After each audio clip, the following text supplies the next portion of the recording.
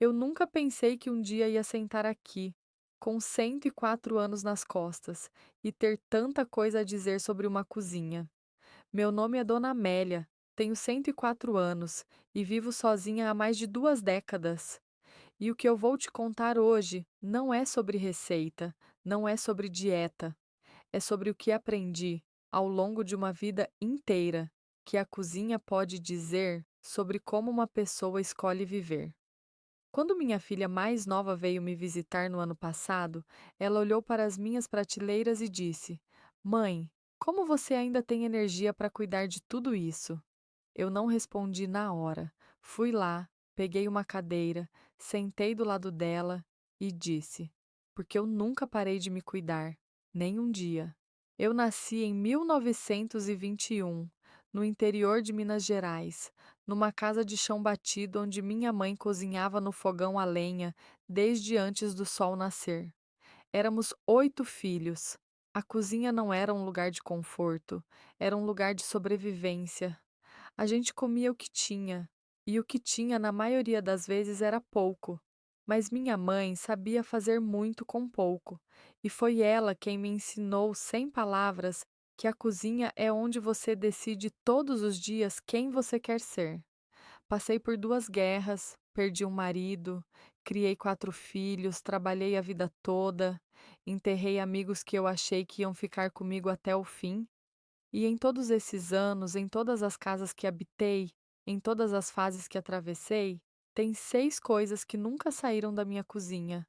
Não porque alguém mandou, não porque li num livro, mas porque com o tempo eu fui entendendo que elas faziam parte de mim. A primeira é o alho. Pode parecer simples demais para abrir uma lista como essa, mas o alho tem uma história comigo que vai fundo. Minha mãe colocava alho em tudo: no feijão, na carne, no caldo quando alguém ficava doente. E quando eu era criança, eu não entendia o porquê. Achava até um cheiro forte demais. Mas depois que eu fui crescendo, depois que eu fui perdendo pessoas e ficando de pé, eu comecei a perceber que o alho não era só tempero, era proteção, era tradição, era o cheiro da casa da minha mãe que eu carregava comigo para onde fosse. Tem estudo hoje que diz que o alho faz bem para o coração, que tem propriedade anti-inflamatória, que ajuda a circulação. Eu não precisei de estudo para saber disso. Eu senti no corpo ao longo de décadas. Quando eu fico um tempo sem usar, algo parece faltar, não só no sabor, mas no ritmo da cozinha. O alho, para mim, é o começo de tudo. É ele que vai primeiro na panela, é ele que avisa que o dia começou e que tem comida sendo feita com cuidado. A segunda coisa que nunca falta na minha cozinha é o azeite, não o óleo, o azeite. E eu quero explicar essa diferença porque ela importa muito para mim. Eu comecei a usar azeite de verdade depois que fiz 70 anos. Antes disso, usava banha de porco, usava óleo, usava o que tinha mais barato. Mas quando eu completei 70, minha neta me trouxe uma garrafa de azeite bom de presente, daquele verde escuro, espesso, com cheiro de fruta. E eu joguei um fio sobre um pão com alho torrado e comi em silêncio. Eu precisei de 70 anos para descobrir aquilo.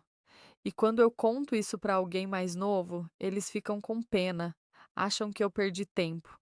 Mas eu não acho. Acho que cada coisa tem a hora certa de chegar. Aquele azeite me ensinou que é nunca tarde para você descobrir algo que muda sua relação com a comida, com o prazer, com o seu próprio corpo. Desde aquele dia, o azeite nunca mais saiu da minha prateleira. Eu uso todo dia, em quantidade modesta, mas presente. Um fio aqui, um fio ali. E me faz bem, não só por dentro, mas por dentro da alma também. A terceira coisa é a aveia. E aqui eu preciso ser honesta com você. Eu odiei aveia por muito tempo. Achava insossa, achava coisa de gente doente, coisa de hospital. Quando o médico me mandou comer aveia lá pelos 60 e poucos anos, eu fiz cara feia por semanas. Preparava do jeito mais sem graça possível, comia resmungando e ficava com raiva toda manhã. Mas aí, um dia, Eu resolvi tratar a aveia do mesmo jeito que eu tratava qualquer ingrediente da minha cozinha, com respeito e com criatividade. Comecei a misturar com banana amassada, depois coloquei um fio de mel, depois aprendi a deixar de molho na véspera com um pouco de leite e canela. E de repente aquilo que eu odiava virou o momento mais tranquilo da minha manhã. Eu sento, eu como devagar, eu olho pela janela enquanto o dia começa. O que a aveia me ensinou não foi sobre saúde, foi sobre paciência com as coisas que a gente resiste. Quantas vezes na vida a gente recusa algo por orgulho, por teimosia, por medo do novo e perde anos de uma coisa boa? A aveia foi minha lição de humildade tardia. E olha que eu já tinha mais de 60 anos quando aprendi isso. Nunca é tarde para aprender, a não ser teimosa. A quarta coisa são as ervas frescas. Eu tenho um vasinho na janela da cozinha com salsinha e cebolinha que eu mesmo planto e cuido. Sempre tive. Em apartamento, em casa, em qualquer lugar que eu morei, sempre achei um jeito de ter um vasinho de ervas frescas por perto. E tem um motivo para isso que vai além do sabor. Quando você planta algo, você precisa esperar, você precisa regar todos os dias, você precisa prestar atenção.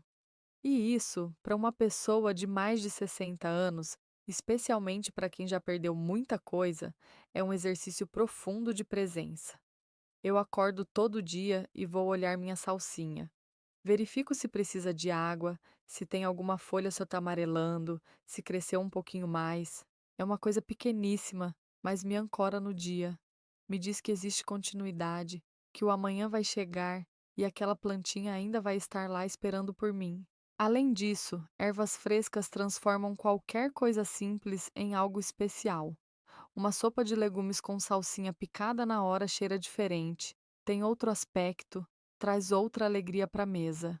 E quando você mora só, como eu, esses pequenos detalhes fazem uma diferença enorme. Eles são a diferença entre uma refeição que você faz por obrigação e uma que você faz com carinho por você mesmo. A quinta coisa é o feijão. Feijão seco, que eu coloco de molho desde a noite anterior, que eu cozinho na panela de pressão com calma, que eu tempero do jeito que aprendi com minha mãe. Eu sei que hoje tem feijão pronto em lata, em sachê, de todo jeito. E não tenho nada contra quem usa, cada um tem sua vida e seu tempo. Mas para mim, fazer o feijão do zero é um ritual que eu não abro mão.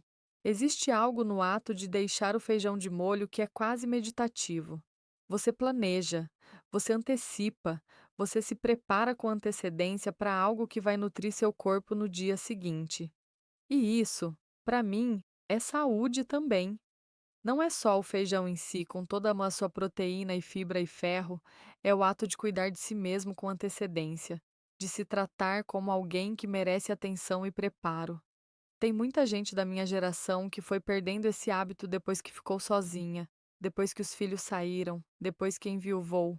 A cozinha foi encolhendo, o feijão foi sumindo, e junto com ele, foi sumindo também uma certa dignidade do dia a dia, uma certa afirmação de que a vida ainda vale o esforço de ser bem vivida. Eu me recusei a deixar isso acontecer comigo. O feijão ficou. E enquanto eu tiver saúde para fazer, vai continuar ficando. A sexta e última coisa é a água com limão. Todos os dias, sem exceção, antes de qualquer coisa, antes do café, antes da aveia, antes de olhar o telefone ou ligar o rádio, eu bebo um copo de água morna com o suco de meio limão espremido na hora. Essa é minha primeira conversa com o meu corpo todos os dias. Faz isso há quase 40 anos. Comecei porque uma vizinha muito mais velha do que eu na época me ensinou. Uma senhora que tinha quase 80 anos e parecia ter 50 na disposição. Ela disse: Amélia, o dia começa pela barriga. E eu ri na hora, mas resolvi experimentar. Com o tempo, fui percebendo que não era só questão física. Embora eu sinta que meu sistema digestivo agradece, que minha garganta acorda melhor, que minha mente clareia mais rápido. O que essa água com limão fez de mais importante foi me ensinar a dar atenção ao meu corpo antes de dar atenção a qualquer outra coisa. Antes das obrigações, antes das notícias, antes das pessoas, primeiro eu, primeiro o cuidado comigo mesma. Isso pode parecer egoísmo para quem não entende, mas quem chegou onde eu cheguei e ainda está aqui, de pé, de mente clara, sabe que o cuidado consigo mesmo não é egoísmo, é sobrevivência, é respeito próprio, é a base de tudo. Eu tenho 104 anos e às vezes as pessoas me perguntam qual é o segredo. Elas esperam que eu diga alguma coisa extraordinária, alguma fórmula mágica, algum segredo que elas ainda não conhecem. E eu sorrio porque a resposta é tão simples que decepciona quem quer algo complicado. Não existe um segredo. Existe uma soma de pequenas escolhas feitas todos os dias, durante décadas.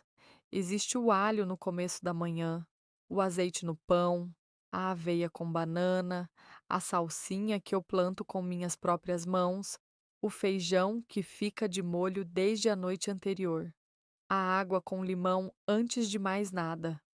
Existem hábitos que parecem insignificantes, mas que, somados ao longo de uma vida, constroem um corpo que resiste e uma mente que permanece. E existe algo mais, que eu aprendi tarde, mas que não esqueço mais. A cozinha é o lugar onde você pratica cuidado. Cuidado com o que você come, cuidado com o seu tempo, cuidado com os seus sentidos. E quem sabe se cuidar dentro da cozinha aprende com o tempo a se cuidar em tudo o mais. Você que está me ouvindo agora, não importa que idade você tem, se você tem 60, se tem 70, se tem 40, e ainda acha que tem tempo para começar depois, eu quero te dizer uma coisa, com toda a sinceridade de uma mulher de 104 anos que já viu muita coisa passar. Não espere mais. Não espere ter mais tempo. Não espere ter mais dinheiro. Não espere que as circunstâncias sejam perfeitas. Sua cozinha é o lugar mais honesto da sua casa. E o que você coloca nela todos os dias diz muito sobre o quanto você acredita que merece ser bem cuidado. Eu tenho 104 anos e ainda acordo com vontade de tomar minha água com limão.